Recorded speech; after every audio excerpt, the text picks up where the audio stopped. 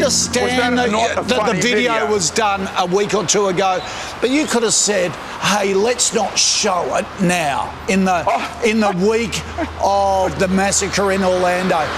I don't know what's going on in the media. You should have just pulled it off. I don't watch television. I get to bed at midnight every night. I don't see the newspapers. You didn't know that there was a shooting in Orlando? I repeat to you that I get in every night at midnight, and with all due respects, I watch a movie if I switch the television on. Not that I do. Oh, Bob, and I do not read the newspapers. I haven't read the newspapers in ages. Oh, come on. Hello, I'm Paul Barry. Welcome to Media Watch. And when you're the king of Katter Country, it seems you don't need to bother with TV or newspapers or know what's going on in the world. But if you're releasing a campaign ad that involves shooting your political opponents dead, you might ask whether last week was really the ideal time. Oh my God, people are getting shot, dude. 50 killed, 53 injured in America's deadliest mass shooting. Tonight, the lunatic behind the trigger, an Islamic State sympathiser, twice investigated by the FBI. Why was he able to buy high-powered weapons? That is a good question, but it's just one of many raised by this senseless massacre at a gay nightclub in Florida last Sunday, which was splashed over the front pages here on Tuesday morning. And the causes, lessons and warnings from the carnage were a natural for debate, of the sort promised by ABC's The Drum on Monday night. Tonight, the worst mass shooting in American history. As loved ones grieve, an angry debate has erupted over gun control, homophobia and radical Islamic terrorism. But despite that intro, and the fact that the gunman was a Muslim who'd pledged allegiance to Islamic State during his killing spree, radical Islamic terrorism was barely explored in the 30-minute programme. Would you say this should be seen as a gay hate crime? This is definitely a hate crime. I don't think that the issue here was that the shooter was Muslim. I think the issue was that the people in the nightclub were queer. And his fellow panellist, Muslim educator Silma Iram, was invited to agree.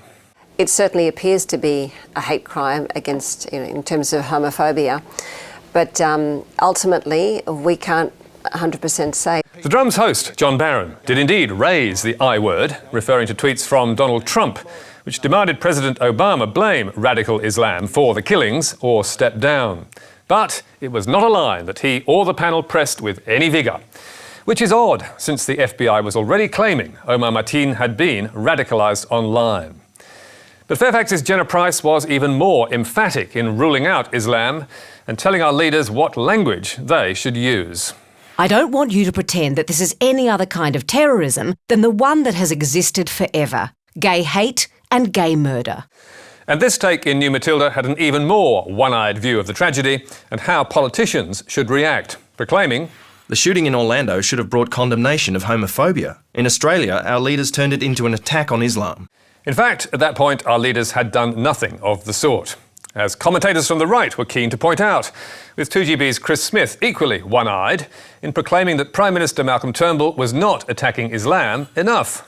And just like President Barack Obama, he didn't call it for what it was. He was trying to find words there. You heard him. It's about, their hatred of our freedoms. No. It's about his support for radical Islam and Islamic State. Why can't these people say such a thing? You're not going to stop people being radicalised until you call it for what it is. True to form, Andrew Bolt was also on the front line, publishing claims on his blog from a prominent British critic of Islam to the effect that violence is not the extreme in Islam anymore, it's the norm. And asking the 20,000 viewers of his Sky News TV show on Monday night, how much longer can we afford this denial, this dangerous dishonesty? The denial being that the shooting was to do with Islam and the world has an Islamic problem. Meanwhile, over in the UK, Guardian journalist Owen Jones was also getting upset about denial. This has to be called out for what it is. It was an intentional attack on LGBT people. This person... on the freedom of all people to try and enjoy themselves as Bataclan. No, I'm sorry, can we just explain? You don't understand this because you're not gay, OK? So just whether listen. I'm gay or not has no... No, it does. It has no reflection on the fact that this person killed... You have ownership of horror of this crime. Can I just say, because I find this hysterical. I'm not Jewish and I'm not gay. Excuse me. I've had enough of this. Let me go. Sorry. Owen, No genuinely, we're trying to have a civilised conversation. I know you're upset. You are upset, I'm and you're very upset. I'm Very quite upset. right. Everyone's upset and angry about this, but storming off a TV set. So why has the Orlando shooting pulled us apart and triggered a bout of the culture wars, with each side shouting that it proves them right? And why must there be only one label to describe the massacre, when gun laws, homophobia and Islamic terror must surely all share the blame? As Greg Sheridan argued in The Australian, the Orlando killings do illustrate the irrationality of US gun laws. Even for Americans convinced of the right to bear arms, there is surely no right to be able to buy automatic assault weapons. The Orlando killings are also undoubtedly a homophobic hate crime. At the same time, they are an act of radical Islamist terror. There is nothing inconsistent in these three descriptions. No one hates gays more than Islamic State. Of course, a reason why some people want to give it one label is so they can advance their own political agenda. For example, to scrap the plebiscite on same-sex marriage and to implement the Safe Schools programme. Or to argue that Islam and Muslims can no longer be tolerated because their religion is incompatible with our Western values. And indeed, debate was heading down that second route by Friday after The Australian ran this story on its front page. Anti-gay sheikh at PM's dinner. Turnbull condemns Islamic leader's unacceptable sermon on homosexuality.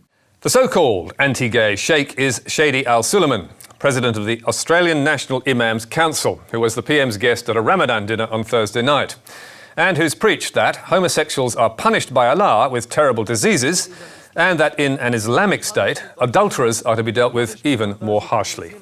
If they've never been married before, they'll be lashed 100 lashes. And if they are married while they committed the zina, or previously been married and divorced, and they committed zina, then their punishment is stoning to death. Malcolm Turnbull roundly condemned those views on Melbourne's 3AW on Friday morning, but was then asked a question by Neil Mitchell that he clearly had difficulty answering. Is Islam a homophobic religion?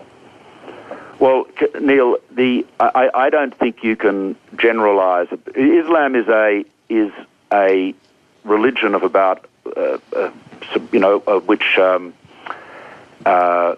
is engaged with which a quarter of the world's population would describe themselves as Muslims. There are many Muslims. They have different attitudes. There are different views on different issues, as there are in all religions. And I am not a bishop. I'm the Prime Minister. As a result of the Orlando killings, we're going to be having that discussion more and more. And homophobia and Islam are going to be lumped together. Even though Sheikh Al-Suleiman was protesting furiously on Friday that he had never advocated stoning, and that there is absolutely no place for homophobia or any sort of hatred or discrimination towards a person who identifies as LGBTI. Because, according to the Weekend Australian, Sheikh Al-Suleiman is not alone in his views. Imams line up to condemn homosexuality. The Australian National Imams Council, of which Sheikh Al-Suleiman is president, has at least 3 executive members who believe the only punishment for homosexuality is the death penalty, according to Islamic law. Whether it is actually homosexuality or public homosexual acts that attract the death penalty is arguable. But either way, the debate is now moving from Islamic terror to the much more difficult issue of Islam itself, as some conservative commentators have long argued that it should. And as you can see from this weekend selection, it's a subject our political leaders and the media will be forced to confront. But now to lighter matters and the newspaper wars in the Northern Territory, where Fairfax's masthead, the Katherine Times, has upset its rivals at News Corp's notorious NT News by pinching some of its crappy puns. Political assault. Yes, that was the headline in the Katherine Times earlier this month, as they brought us news of a smelly smear campaign in the run-up to the August state election. Is political sabotage behind campaign signs around Katherine being torn down, vandalised and smeared with dog faeces? The Katherine Times poo pun left the Territory's undisputed champion, the NT News, which once boasted its own dick joke correspondent, feeling territorial. And around a week later, the News hit back with this claim that the KT's editor, Lyndon Keane, had deservedly been boned. KT editor stood down over balls up. The editor of the Katherine Times has been stood down and the paper has apologised for the publication of an image showing a penis drawn on an election poster. Lyndon Keane wrote the front page story, headlined Political Assault, in last week's edition of the paper. And just to drive home its advantage, the NT News then tweeted the story to its followers around the world. Yes, it has them, marking it for our special attention. Proof once again that all genital-related stories should be left to the NT News. ABC Media Watch, do you agree? Well, yes, we do. But we must point out one small problem, which is that the key claim in the story appears to be wrong, or indeed a pile of crap. Lyndon Keane tells Media Watch he has not been stood down and is merely on sick leave. I'm currently driving a Fairfax media vehicle, and I assume the company would have asked for it back fairly quickly had I actually been stood down. And he adds, for good measure, yeah, wasn't sacked, stood down, disciplined, or anything that could count as a synonym. Fairfax Media also assures us it's not true, telling Media Watch, Lyndon Keane is the editor of the Catherine Times. He is currently on leave. So, how did the NT News get it wrong? Well, it doesn't accept that it did, and it tells Media Watch, we stand by the story regarding Mr. Keane. The information was leaked to us from a variety of trusted sources. We also sent Fairfax a series of questions prior to publishing, but they disappointingly responded with a no comment. Stupid of Fairfax, perhaps, but not too smart of the NT News either, because while it did contact Lyndon Keane, it did not ask the key question. It's disappointing, because the journalist who wrote the story failed to ask the simple question of whether or not I had been sacked, and instead seemingly relied on wild theories and social media speculation to produce a work of fiction. Work of fiction? Surely not. Not at the NT News, which is famous for fantastic stories like these.